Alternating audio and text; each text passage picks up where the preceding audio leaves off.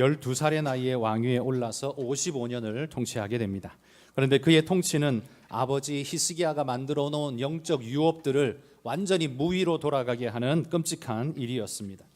그리고 므낫세의 아들 아몬이 2년을 통치하는 동안에도 여전히 극악한 우상 숭배로 일관하였습니다. 이 므낫세와 아몬이 통치했던 도합 57년의 시간은 히스기야가 그렇게도 회복시키고 일으키려 했던 신앙의 기틀을 완전히 부셔버리는 그런 끔찍한 현실이었습니다.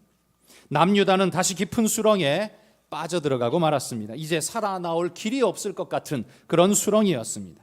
그러나 그런 때에도 감사하게도 그 다음에 요시야라는 왕이 등장합니다. 어떻게 이런 아버지와 할아버지 밑에서 이런 아들이 나왔을까 신기할 정도로 요시야는 하나님이 남유다에 부어주신 마지막 축복의 사람이었습니다. 우리가 남유다의 20여 명의 왕 중에 믿음의 계보에 가장 걸출한 믿음의 사람 3대 선왕을 꼽으라면 첫 번째가 여호사밧, 두 번째가 히스기야, 세 번째가 바로 오늘 우리가 살펴보는 요시야입니다. 이 요시야는 8살 나이에 왕위에 오르게 됩니다. 아버지 아몬이 통치 2년 만에 신하들에 의해서 모반을 받아 죽임을 당하고 어쩔 수 없이 등 떠밀려서 8살 나이에 왕위에 오르게 됩니다. 여러분 8살에 뭘 할 수 있겠습니까? 그러나 그는 반듯하게 잘 자라났습니다. 그의 재위 12년 곧 그가 20살 되었을 때에 유다와 예루살렘을 정결케 하며 우상을 척결하고 신앙 회복의 거룩한 역사를 시작하게 됩니다. 오늘 우리가 읽은 23장의 이야기가 바로 요시야가 종교개혁을 일으킨 구체적인 내용들을 기록하고 있는 내용입니다. 이 내용을 우리가 오늘 살피면서 우리 삶에 어떤 삶의 변화와 새로움을 가져야 할 것인지 요시야를 통해서 배워갈 수 있는 시간이 되기를 바랍니다. 먼저 4절을 한번 보십시오. 4절에 보시면 성전 안에 놓여있던 우상의 기물들을 모조리 꺼내다가 빻아서 기드론 밭에 뿌렸다라고 불살랐다고 말합니다. 하나님의 성전 마당에 우상의 잡스러운 기물들이 버젓이 57년 동안 자리 잡고 자행되고 있었습니다. 거기서 우상 숭배와 뿐만 아니라 성적인 타락과 추악한 죄들이 서슴없이 자행되었습니다. 요시야는 이런 꼴을 두고 볼 수가 없었습니다. 이건 여호와의 성전 안에 가증한 것은 결코 설 수 없다던 율법의 말씀을 순종한 바로 그 일이었지요. 5절에 보시면 1월 성신을 섬기는 산당의 우상 제사장들을 또한 물리칩니다. 기물들을 불사를 뿐만 아니라 제사장들을 모두 폐하여서 더 이상 이런 짓을 저지르지 못하도록 만듭니다. 그리고 5절 끝에 보면 바알과 해와 달과 별대와 하늘의 모든 별에게 분향하는 자들을 폐하고, 별대, 아주 어색한 단어를 쓰고 있죠. 그런데 예전에 우리가 썼던 개역 한글판 성경에 보면 이 별대라는 단어를 12궁성이라는 단어를 씁니다. 바알과 해와 달과 12궁성을 폐했다, 분향하는 자를 폐했다라고 했습니다. 12궁성이란 12개의 별자리를 말합니다. 이는 별자리의 변화를 통해서 점을 치던 천체의 숭배자들인데, 이 숭배 사상은 아수르와 바벨론에서부터 수입되어 온 우상이었습니다.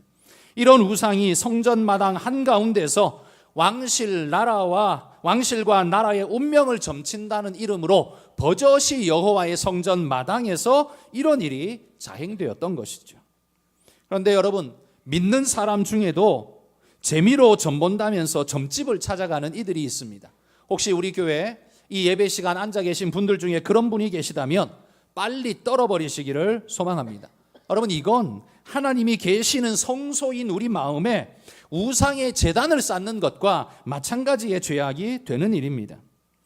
여러분, 그 우상이 우리의 길흉화복을 진짜 점칠 수 있습니까? 제가 누차 말씀드리지만 길흉화복은 주어져 있는 운명이 아닙니다. 그 사건을 해석하며 맞이하는 우리의 자세가 핵심일 뿐이지, 그건 고정되어 있는, 우리가 어떤 노력을 해도 벗어날 수 없는 운명이 아니라는 말입니다. 오히려 그리스도인은 믿음으로 그것을 돌파하면서 살아가는 사람입니다.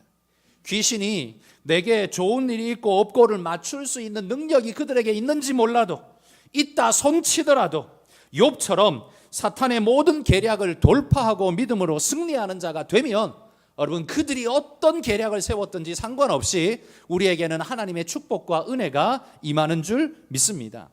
여러분 우리 심령에 혹시나 재미로 점을 보거나 죄악의 이런 일들을 행하는 이가 아무도 없기를 바랍니다.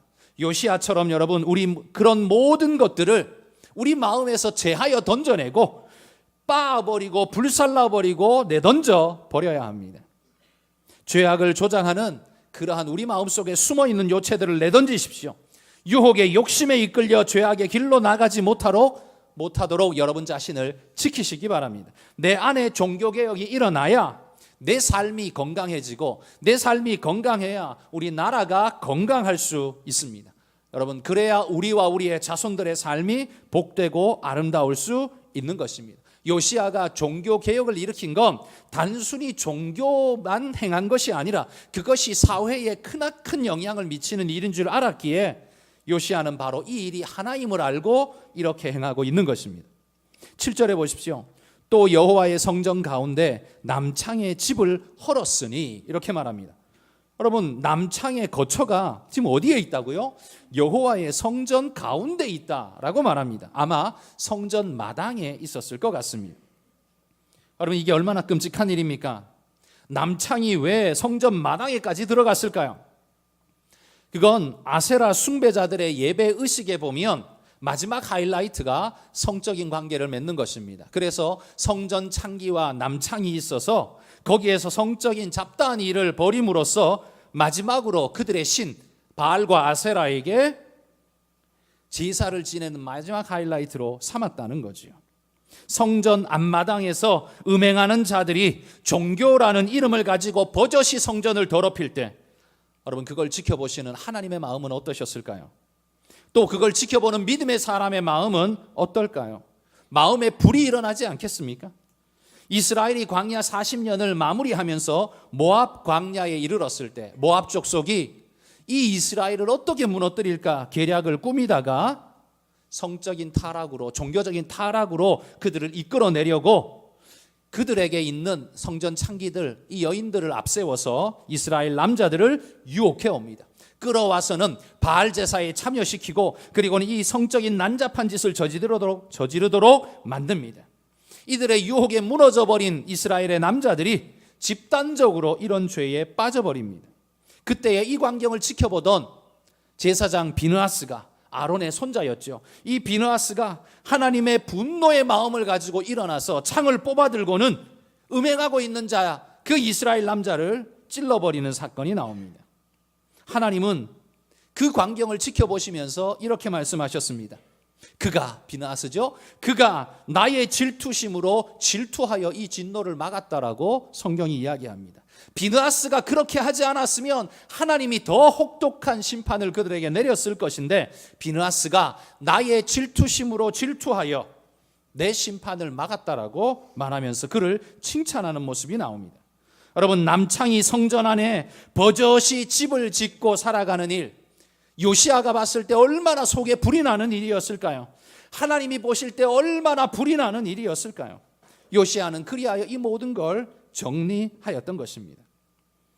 여러분 이 요시야 시대에 남창이 성전 안에 버젓이 집을 짓고 살아간 것처럼 오늘 이 시대 여러분 우리는 어떻습니까? 오늘 이 시간 예배 자리에 나와서 여기 앉아 있기는 한데 예배 드리고 집에 돌아가서 살아가는 삶 속에서 우리는 여전히 음행의 세계를 휩쓸고 다니면서 여전히 그런 짓을 저지르고 있다면 므낫세가 이루어 놓은 이 죄악의 일들과 다를 바가 무엇이 있겠습니까?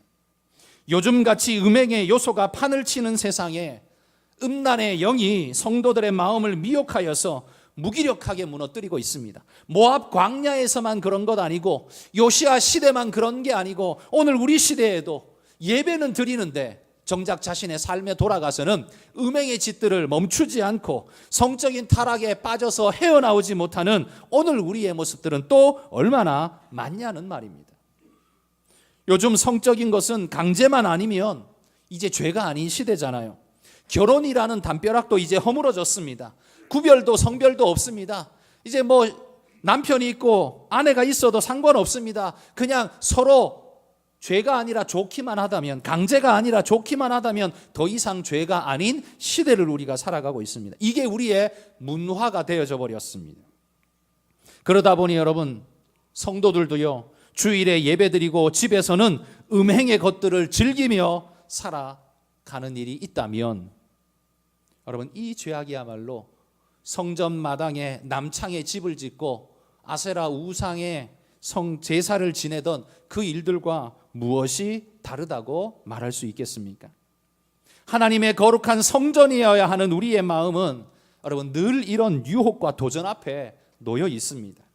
우리가 요시야 같은 마음으로 여호와의 질투심으로 질투하여 하나님의 거룩을 지켜내려는 마음이 절실히 필요한 때입니다. 세상이 다 그래, 그런 마음으로 우리 자신을 무너뜨리면 여러분 우리는 한없이 무너지게 됩니다. 세상의 문화가 어떻고 그들의 개념이 어떻다 할지라도 여러분, 예루살렘 성전이 불결과 성결을 오갔던 것처럼 우리 마음도 늘 성결과 불결을 오가며 살아가고 있다면, 오늘 이 시간 이 요시야의 성전 청결 사건처럼 우리의 심령도 그렇게 깨끗하게 씻어내시는 여러분이 되시기를 소망합니다. 바라건대 내 일생이 요시야의 시대와 같이 하나님 앞에 성결하고 온전할 수 있기를 기도하며 하나님 잘 붙잡으시기를 바랍니다. 10절에 보십시오. 거기 보면 왕이 또 흰놈의 아들 골짜기에 도벳을 더럽게 했다, 이렇게 표현합니다. 여기 도벳이라는 단어가 나오는데요, 이 도벳은 말뜻이 뭐냐 하면 태우는 곳, 용광로 혹은 제단, 이런 의미를 가지고 있습니다. 이게 어디에서 나온 용어냐 하면 사람을 희생제물로 드렸던 이 몰렉이라고도 하고 몰록이라고도 하죠. 이 신의 제단 이름을 도벳이라고 불렀습니다. 이 몰록 신은 암몬과 모압에서 수입되어 온 신이었는데, 우상이었는데요, 흰놈의 골짜기는 바로 이 우상 제사에 아들을 산채로 불태워드리던 인신 제사가 진행되던 바로 그 유명한 곳, 거기가 흰놈의 골짜기였습니다. 그래서 우상 숭배의 대명사 같은 이름이지요. 요시야가 바로 이곳을 회파시켜 버렸다는 겁니다. 그들의 제단 도벳을 더럽힘으로써 제사를 더 이상 드릴 수 없게 만들었다는 겁니다. 여러분, 그런데 그들은 왜 이렇게 끔찍한 제사를 지냈을까요? 어떻게 자신이 가장 사랑하는 자식을 제물로, 그것도 가장 흉악하게 불태워드리는 이런 끔찍한 제사를 드릴 수 있었을까요?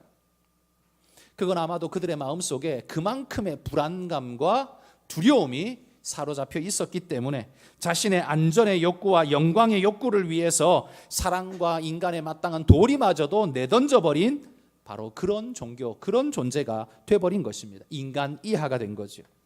사탄은 우리의 두려움을 이용하여서 우리 스스로를 인간 이하가 되도록 만들고 있습니다. 여러분, 우리는 어떻습니까? 우리는 흰놈의 골짜기가 어딘 줄도 모르고 내 사랑하는 자식을 불태워드린 일 없습니다. 그렇죠? 그렇지만 여러분, 깊이 한번 돌아보십시오. 불로 태워드린 적은 없지만 우리는 돈만 많이 벌 수 있다면 얼마든지 내 인생을, 내 인간성을 내다 팔고 신전에 제물로 바치려 하는 모습은 여러분 내 안에 없습니까? 나의 안전을 위해서 인간 이하의 짓도 서슴없이 행하며 어쩔 수 없었다, 나는 그럴 수밖에 없었어, 그렇게 변명하면서 자기 변호하는데 급급한 우리의 모습은 혹시 아닙니까? 지조와 충성을 지키기 위해 목숨을 초계같이 버리던 과거 우리의 선배들과 이 장수들의 모습이 오늘 이 시대는 참으로 부러운 시대입니다.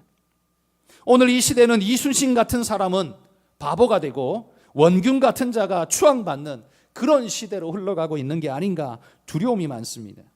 그러나 여러분, 우리 시대가 그러하고 문화가 그렇게 흘러가는 것 같아 보인다 할지라도 신앙인인 우리는 무엇이 옳고 그린지를 알지 않습니까? 하나님이 우리에게 가르쳐 주신 옳고 바른 진리의 길이 뭔지 알지 않습니까? 그렇다면 옳고 바른 삶이 옳고 바르다라고 외치면서 살아갈 수 있기를 바랍니다. 목소리를 멈춰서는 안 됩니다. 그래야 진리를 잃지 않고 바르게 그나마라도 붙잡아갈 수 있습니다. 그러다가 그것 때문에 내가 손해보게 된다면 그건 하나님을 위한 영광스러운 일이다라고 그렇게 마음먹을 수 있어야 합니다. 그런데 우리는 우리의 체면과 인생의 성공과 자기 행복을 위해서라면 얼마든지 예수님을 다시 십자가 위에 올려내 못을 박는 그런 일을 서슴지 않는 여러분 도벳의 숭배자가 되지는 않았습니까? 종류만 바뀌었을 뿐이지 내 안에 나를 부르는 흰놈의 골짜기가 여러분 여전히 나도 모르게 내 안에 어느 구석인가 박혀 있지 않는지 한번 돌아보시기 바랍니다. 여러분, 내가 맥없이 우상에게 내주던 그 도벳을 과감하게 불사르고 파괴해 버리시기를 소망합니다. 사사 기드온이 그렇게 시작하지 않았습니까? 바알이 지배하고 있던 시대 속에 하나님이 그를 불렀을 때 그는 바알의 제단을 빻아버리고 불살라버렸습니다. 그래서 그에게 붙은 별명이 여룻바알이었습니다. 바알을 대적하는 자였습니다. 여러분, 우리도 우리 인생에 숨어있는 흰놈의 골짜기 도벳을 불사르고 빻아버려서 여룻바알이 되어야 하지 않겠습니까? 하나님을 대적하는 그 모든 것들을 부시고 멀리하고 오직 하나님을 위해서 전심으로 주 앞에 드리는 그런 믿음의 사람들이 되어야 할 줄 믿습니다. 여러분, 11절을 또 보십시오. 또 유다 여러 왕이 태양을 위하여 드린 말들을 제하여 버렸으니, 이렇게 말합니다. 태양을 위하여 드린 말, 이게 무슨 말일까요? 이건 다름 아닌 태양신을 숭배하는 자들의 예식에 말을 제물로 드렸습니다. 웬고하니 그들의 인식 속에는요, 태양 숭배하는 이 사람들은 태양신이 매일매일 수레를 몰고 우주를 운행하고 다닌다고 믿었습니다. 그 수레에 뭐가 담겼을까요? 아마 태양이 담겨 있겠죠. 그 태양을 뒤 수레에 싣고 하늘을 슉 하고 지나가는 것이 하루가 지나가는 일이었을 겁니다. 그리고 그 하루를 주장하고 그 낮을 주장하는 태양신에게 제사를 드릴 때 그 수레를 끄는 말, 그 말을 잡아서 희생을 드림으로 그 태양신을 영원롭게 한다고 그는 그렇게 믿었습니다. 그래서 예루살렘 안에 태양신을 위해 구별된 제물로 드릴 말들의 마구간이 거기 있었습니다. 하나님의 집 안에 태양신을 위한 제물의 보관 창고가 있었다는 말입니다.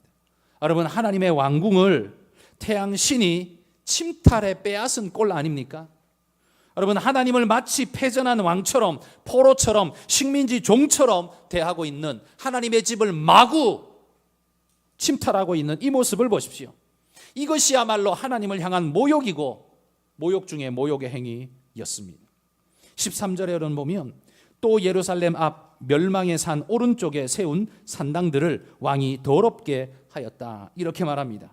멸망의 산, 벌써 이름부터가 예사롭지 않죠. 모욕과 조롱의 이름입니다. 왜 이렇게 불렀냐 하면 솔로몬이 자신의 이방 아내들을 맞아들일 때 아내만 맞은 게 아니라 그들이 이방 신을 다 끌고 들어왔습니다. 그런데 아내로 맞았으니 정략 혼인을 했으니 그들에게 얼마간의 배려를 해야 되잖아요. 그런데 신은 가져오지 마라 하기에는 그 시대에 그게 너무 어려웠습니다. 그래서 솔로몬이 머리를 짜내어서 어떻게 했냐면 그들에게 감람산 남쪽 봉우리에 바로 이곳에서만 너희가 산당을 짓고 여기에서만 예배를 드리라 라고 솔로몬이 공식적으로 허락해 준 특별 구역을 만들어 주었습니다. 그게 바로 이 우상제사가 창궐했던 바로 이곳 멸망의 산이었습니다. 솔로몬이 지혜로웠잖아요. 인생 중에 그보다 지혜로운 자가 없다고 했잖아요. 그런데 보십시오. 아무리 인간적 지혜가 높아도요, 영적 지식이 없으니까 결국 그 나라를 패망으로 멸망으로 끌고 가는 장본인이 되고 말았습니다. 남유다의 멸망을 므낫세가 불러왔다 말하지만 사실은 그 원천적으로는 솔로몬이 불러왔다라고 말해야 맞는 이야기일 겁니다. 요시야는 이런 영적 암덩어리와 같은 곳을 폐하여서 더 이상 유다를 더럽히는 일이 없도록 정화 작업을 한 것입니다. 여러분, 혹시 여러분 마음속에도 남쪽 감람산 남쪽 한 귀퉁이 거기에서만 예배드려라 그리고 막아두었던 그곳처럼, 그런데 그게 어디 막아집니까? 막아지지 않고 아주 민들레 홀씨처럼 바람 타고 날아가서 유다 온 땅이 우상의 숭배지가 돼버리지 않았습니까? 여러분 마음속에도 우리 마음속에도 우상을 마음 한 구석 귀퉁이에, 야 직장에서는 어쩔 수 없어, 거기서는 그냥 그렇게 사는 거야, 그러면서 여러분의 직장이 혹시 멸망산이 되어 있지 않습니까? 여러분의 친구 관계가 멸망산이 되어 있지 않습니까? 여러분의 취미 생활이 혹시 멸망산이 되어 있지 않습니까? 그곳에서만큼은 하나님을 잊어버리고 하나님이 역사할 수 없다라고, 그렇게 거기에서만 나는 가둬뒀을 뿐이고 나머지는 하나님 잘 믿는다고, 여러분 혹시 그렇게 생각하지 않습니까? 여러분, 그게 솔로몬의 가장 큰 실책이었듯이 우리가 만약 그렇게 생각하고 살아간다면 가장 어리석은 일이 될 것입니다. 여러분, 우상은 결코 그렇게 묶여 있지 않습니다. 한 귀퉁이에 구석에 처박아 둔다고 해서 우상은 거기 처박혀 있지 않습니다. 누룩처럼 점점점 퍼져나가서 온 땅을 삼키고 말 것입니다. 그래서 그 이름 멸망의 산입니다. 여러분, 우리 마음속에 멸망의 산은 흔적조차 없이 지워버려야 할 줄 믿습니다. 15절에 또 보십시오. 거기에 보면 베델에 세운 산당을 불사르고 우상 제사장의 뼈를 불살라 가루로 만들어서 베델의 우상 제단에 뿌려서 더럽게 했다, 이렇게 말합니다. 자, 여기에 두 가지 우리가 주목해야 할 사안이 있습니다. 첫 번째는 뭐냐면, 이 일이 요시야가 일으킨 일이기는 합니다만 놀랍게도 이 일은 이미 300년 전에 하나님께서 선지자를 통해서 예언하셨던 일이었습니다. 열왕기상 13장 1절과 2절 말씀 같이 한번 읽어봅시다. 보라, 그때에 하나님의 사람이 여호와의 말씀으로 말미암아 유다에서부터 베델에 이르니 마침 여로보암이 제단 곁에 서서 분향하는지라.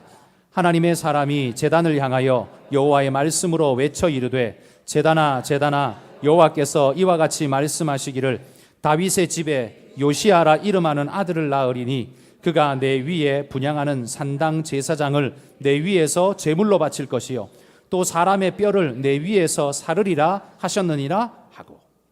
여기 여로보암이 누구냐면 북이스라엘을 창건했던 창건왕입니다.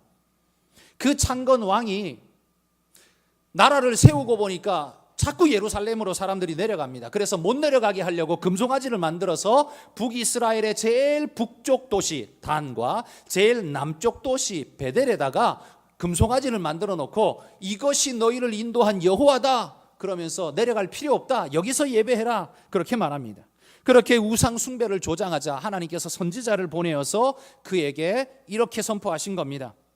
요시야라는 한 아들이 올 것인데 그가 네가 분향하는 산당 제사장들을 네 제단 위에 불살라 죽여버릴 것이며 그 뼈를 불살라서 가루로 네 위에 뿌리게 될 것이다, 그런 저주를 선포하죠. 여러분, 이 선포가 300년 만에 300년이 지나 요시야에게서 예언이 성취되어집니다. 여러분, 요시야의 아버지가 아몬 왕인데요, 이 아몬이 자기 아들 이름을 요시야라고 지을 때 이 예언의 말씀을 기억했을까요? 아마 절대 못했을 것 같습니다. 왜? 300년이나 지난 이야기니까 잊어버렸을 것이며, 또 하나 아몬은 우상숭배자였거든요.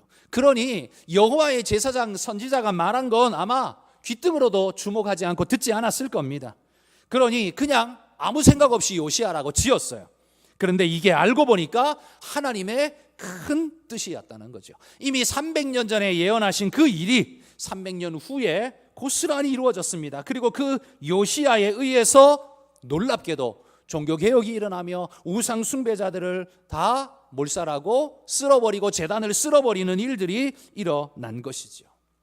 그리고 또 한 가지 주목해야 할 일이 있는데요, 이 일을 이룬 장소가 어디냐면 15절에 보면 베델에 세운 제단에, 베델에서 이 일을 일으켰다, 이렇게 말합니다. 여러분, 베델, 아까 제가 말씀드리기를 베델이 어느 나라에 속한 도시라고 말했어요? 북이스라엘의 도시입니다. 요시야는 남유다의 왕이에요. 그러니까 자기 영역을 넘어섰어요. 그런데 왜 자기 영역을 넘어서까지 거기까지 가서 그런 일을 하고 있을까요? 이건 요시야가 이미 북이스라엘은 멸망해서 나라가 없어진 상태이기 때문에, 그렇지만 이 북이스라엘 땅도 하나님께서 택하신 하나님의 땅이고 그곳에 살고 있는 백성들도 하나님께 돌아와야 할 내 백성, 하나님의 백성이라고 믿었던 것이지요. 그래서 요시야의 개혁 열심은 남유다를 넘어 북이스라엘까지도 하나님의 땅으로 인정하고 그 땅도 새로워져야 한다고 믿었던 것입니다. 그의 열심은 국경이 가로막을 수 없는 열심이었습니다. 한마디로 말해 요시야는 남유다의 선교사였습니다. 말씀에 열심히 그를 멈출 수 없게 만들었습니다. 가라 하시는 곳까지 가고 멈추라 하는 곳에서 선다는 종교개혁자들의 그 구호와 같이 이 요시야는 그런 마음을 가지고 선교의 발걸음을 드놓았던 것이죠. 여러분, 생명의 말씀이 역사하는 바운더리는 나와 내 가족을 넘어가야 합니다. 그 바운더리 안에 갇혀 있으시면 안 됩니다. 친구와 이웃 그리고 내가 모르는 사람에게까지 닿을 수 있도록 이 말씀, 복음의 생명 말씀을 전파시켜야 합니다. 요시야의 이 열심을 여러분들이 본받으시기를 주의 이름으로 축복합니다.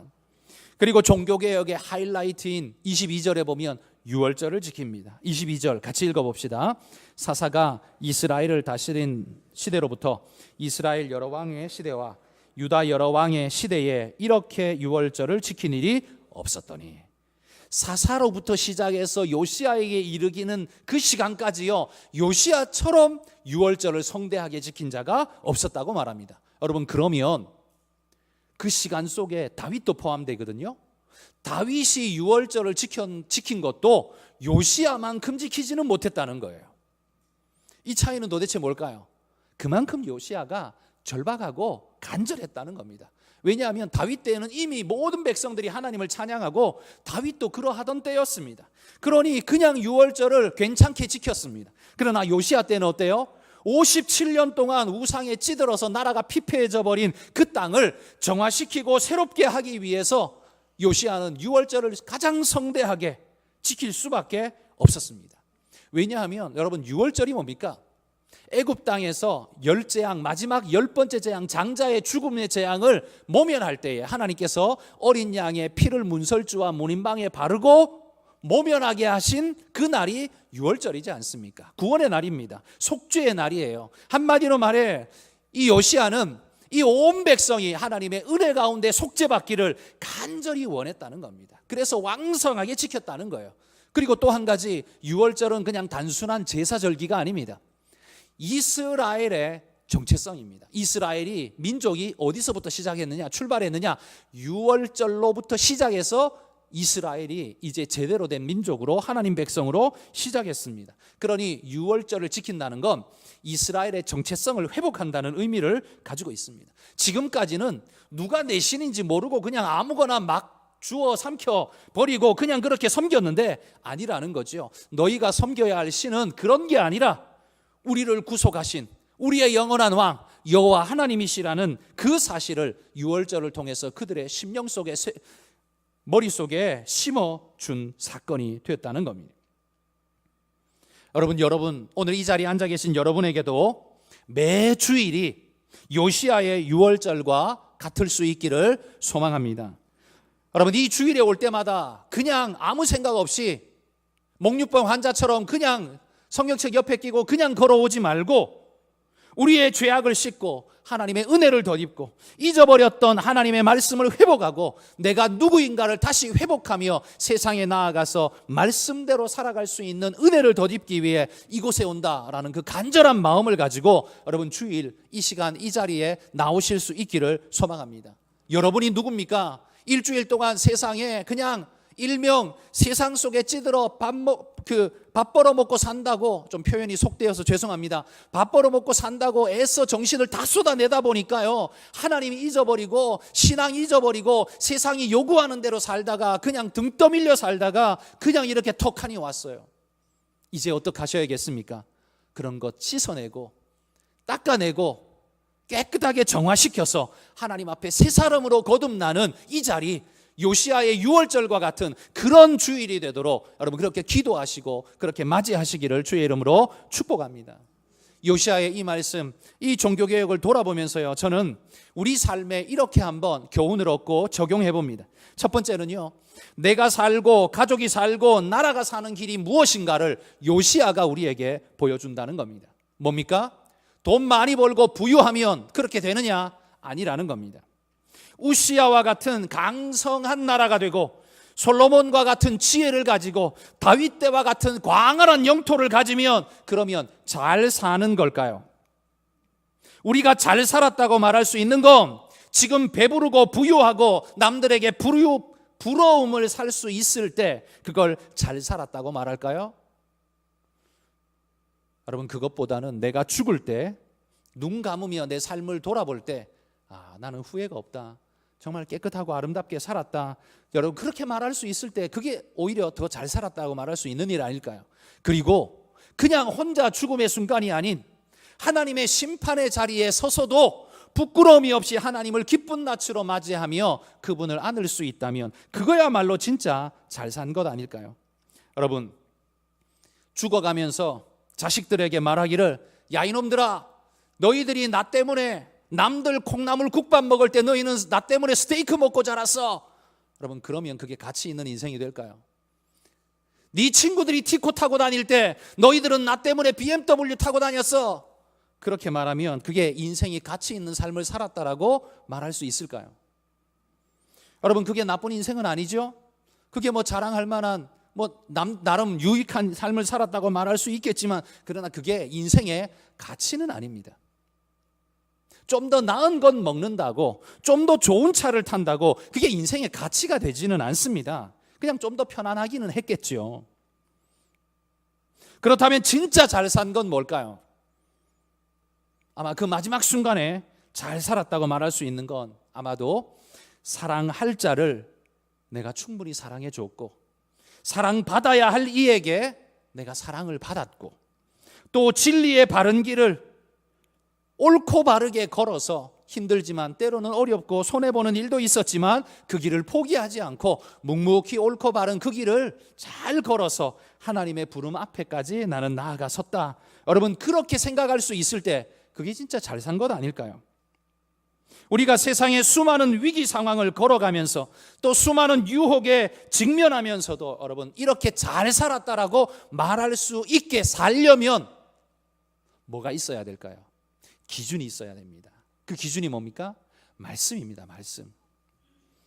말씀이 없으면요, 세상이 말하는 문화와 가치가 내 기준이 될 수밖에 없습니다. 대치되는 거죠. 내가 기준이 없으니까 남의 기준을 그냥 내 기준으로 받는 거예요. 그러나 내가 말씀의 기준이 있으면 남들의 기준, 남들이 뭐라고 말해도 그거 내 기준 삼지 않습니다. 분명한 하나님이 주신 내 기준이 있기 때문이죠. 요시야는 성전을 정화하다가 모세의 율법책을 발견합니다. 그리고 그 글을 읽어보니까 지금까지 유다가 얼마나 잘못 살았는가를 분명히 알게 됩니다. 그리고 자신이 지금 벌이고 있는 종교개혁의 일들이 하나님 마음에 부합하구나, 옳구나, 바르구나라는 걸 깨닫게 됩니다. 그래서 말씀을 깨닫고 나니 자신이 어디로 가야 할지를 더욱 분명하게 알게 된 거죠. 여러분, 이 요시야가 제위 12년, 그러니까 그의 나이 20살 때에 유다와 예루살렘의 종교개혁을 시작했다고 했습니다. 그런데 제위 제18번째 해에 율법책을 발견했다, 성경이 그렇게 말합니다. 그러니까 이미 하나님의 말씀은 알고 있었고 종교개혁은 시작했습니다. 그런데 그 과정 중에 율법책을 발견했습니다. 결국 그의 시작도 말씀이었고요, 그 과정 중에 새로운 에너지를 덧입고 목표를 분명하게 한 것도 말씀이었습니다.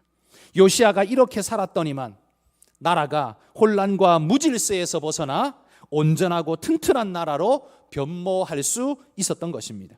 우리의 가정이 튼튼할 수 있고, 여러분 우리나라가 튼튼할 수 있는 것은 물질의 양이 결정하는 게 아닙니다. 경제력이 좋아지고 돈 많이 번다고 그렇게 되는 게 아닙니다. 솔로몬을 보십시오. 돈으로 치자면 솔로몬보다 더 부자는 없었습니다. 그런데 그 솔로몬이 무슨 짓을 저질렀습니까? 나라를 우상에게 팔아먹는 짓을 저질렀습니다. 멸망을 불러왔습니다. 그러니까요, 똑똑하고 돈 많은 건 절대로 우리를 잘 살게 하는 일은 아니라는 겁니다. 그게 우리에게 유익을 줄 수는 있지만 그게 반드시 우리를 복되게 하는 일은 절대 아니라는 거예요. 그거보다 더 중요한 게 뭐예요? 바른 가치와 기준을 갖는 겁니다. 오늘날 우리 한국 사회를 보십시오. 오늘날 한국 사회가 아주 돈에 눈멀어 있습니다. 그래서 경제 입에서 그 말이 떠나지를 않습니다. 물론 경제가 중요하죠. 먹고 살아야 하니까 그건 우리에게 매우 중요한 일입니다. 그런데 여러분, 돈 많이 번다고 옳게 살던가요? 돈 잘 번다고 바르게 살던가요? 부자가 다 하나님 뜻대로 살던가요? 아닙니다. 부자고 가난하고 상관없이 인생이 옳게 사는 건 돈 때문이 아니라 바른 가치 때문입니다. 바른 기준 때문이에요. 그거 잃어버리면 부자라도 상관없고 혹은 가난할지라도 그거 가지면 잘 살 수 있다는 겁니다. 우리가 기도해야 될 건 그거 아닐까요? 늘 돈 기도하는 게 우리의 기도가 되면 나도 모르게 세상에 그 관념에 휩쓸려 떠내려가는 존재가 되는 겁니다. 오늘 우리 사회 기준이 있습니까? 가치가 있습니까? 개념이 뭡니까? 오로지 돈 하는 가치 외에는 더 이상 가지고 있는 게 없습니다. 적어도 과거에는 도덕과 가치 기준이라도 있었죠. 그런데 지금 없잖아요. 남은 게 뭡니까? 돈밖에 없습니다. 그런데 그게 우리를 복되게 합니까? 절대 그럴 수 없다는 겁니다. 이 사실을 알고 있는 그리스도인은 어떻게 살아야겠습니까? 나와 내 가정과 이 나라를 부강하게 하고 복되게 하고 아름답게 할 수 있는 일은 돈이 아닙니다. 바른 가치 기준과 질서라는 사실을 기억하고 여러분 옳게 사는 여러분들이 되시기를 소망합니다. 두 번째는요, 상황을 탓하지 말고 거룩한 열정을 불태우며 살라는 것을 우리가 배우게 됩니다. 요시아가 당면한 상황은 57년 동안 나라가 패망의 수준에 이르른 그런 나라, 쑥대밭 나라를 물려받았습니다. 조상들로 인해서 쑥대밭이 된 나라를, 파산한 국가를 물려받았습니다. 그리고 자신은 8살밖에 안 됐습니다. 뭘 기대할 수 있으며 뭘 할 수 있겠습니까? 그러나 요시아는 제위 8년에, 그러니까 그의 나이 16살에 하나님의 말씀을 깨달았습니다. 하나님을 깨달은 거예요. 말씀을 깨달았더니만 하나님을 향한 거룩한 열정이 마음속에 불타오르게 됩니다. 16의 나이 뭘 할 수 있습니까? 그런데요, 하나님 말씀에 사로잡히고 심령이 하나님의 은혜로 불타오르니까 어마어마한 일을 해내지 않습니까? 요시아를 보십시오. 아버지와 할아버지가 다 망쳐버린 그 나라를 살려내기 위해서 그의 심령이 거룩한 불꽃으로 타오릅니다. 이제는 더 이상 돈, 그다음에 권력, 군사력 이게 아니라 하나님 앞에 우리가 어떻게 바로 서야 할 것인가, 이것이 축복이라는 걸 깨닫고는요, 나라를 건강하고 바른 반석 위에 세우는 작업을 하는 것입니다. 하나님을 떠나 멸망의 길을 갔던 그 모든 삶을 회개하면서 하나님께로 돌아가 구원의 길을 가리라 결단하게 된 것입니다. 8살 나이 뭘 할 수 있었겠습니까? 그러나 여러분, 8살에 왕위에 오른 게 오히려 다행이었습니다. 왜요? 그의 아버지와 할아버지가 죄악에 찌들은 존재였는데, 만약에 그가 8살이 아니라 28살에 왕위에 올랐다고 생각해 보십시오. 사춘기를 죄악에 찌들었습니다.